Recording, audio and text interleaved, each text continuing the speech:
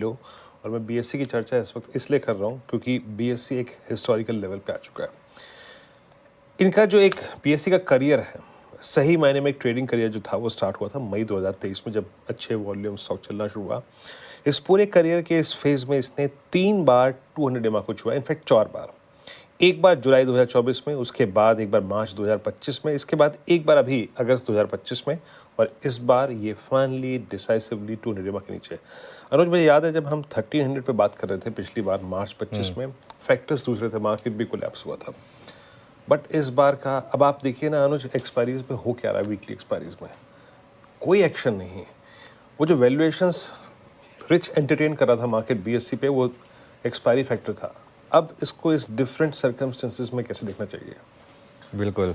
I think वीरो, PSC का stock भागा इतना था कि इशू क्या है, अगर आप इसका फॉर एग्जांपल 5 साल का चार्ट देखेंगे ना, इवन 1 साल का भी अगर चार्ट देखेंगे, ये करेक्शन आपको पता भी नहीं चलेगी। देखिए 6 महीने में भी ये 36% ऊपर, जबकि 3000 से गिरा है। ये 5 साल का चार्ट है, देखिए करीब करीब 11 गुना ये स्टॉक हुआ है। और इसमें एक बहुत बड़ा फैक्टर वीकली एक्सपायरी की वजह से, जिससे इन्होंने मार्केट शेयर गार्नर किया था। अब आप सही बोल रहे हैं, एक तो पहले तो बैंकेक्स खत्म हुआ, पहले 2 वीकली एक्सपायरी थी, फिर वो एक ही हुई, तो उसका एक इम्पैक्ट आया।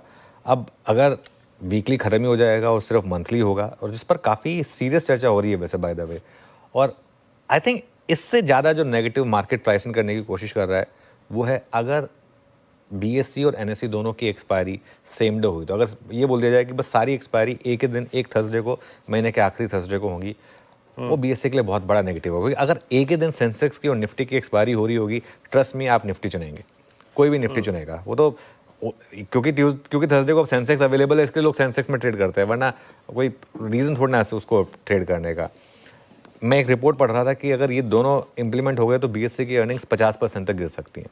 तो ये एक वाजिब रिस्क रहेगा, और काफ़ी बड़े स्मार्ट इन्वेस्टर्स ने बीएससी बेचना भी शुरू किया है पिछले कुछ दिनों में, अपनी होल्डिंग ट्रिम करनी शुरू करी है। तो क्लियरली सेलिंग प्रेशर है यहाँ पर। सेलिंग प्रेशर है। मानस से आपसे एक पिक्चर ड्रॉ करूँ, आई मीन अभी मान लीजिए किसी के पास शॉर्ट है, आई मीन जस्ट मैं एक ट्रेडिंग पर्सपेक्टिव ले रहा हूँ।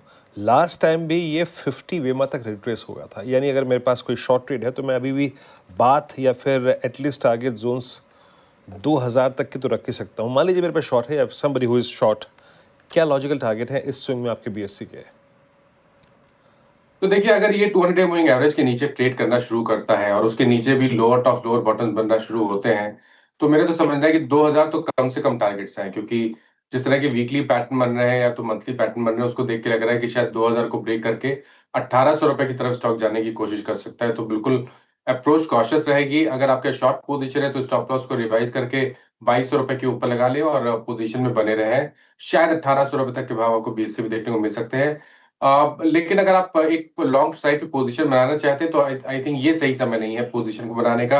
या इसके लिए आपको वेट करना पड़ेगा, 2250 के ऊपर निकले तो ही यहाँ पर खरीदारी करें। ओके, खैर अभी तो खरीदारी की बात नहीं है, अभी तो यहाँ पर सेल करके शायद पैसा बन रहा है बीएससी में पिछले कुछ दिनों से। Top cash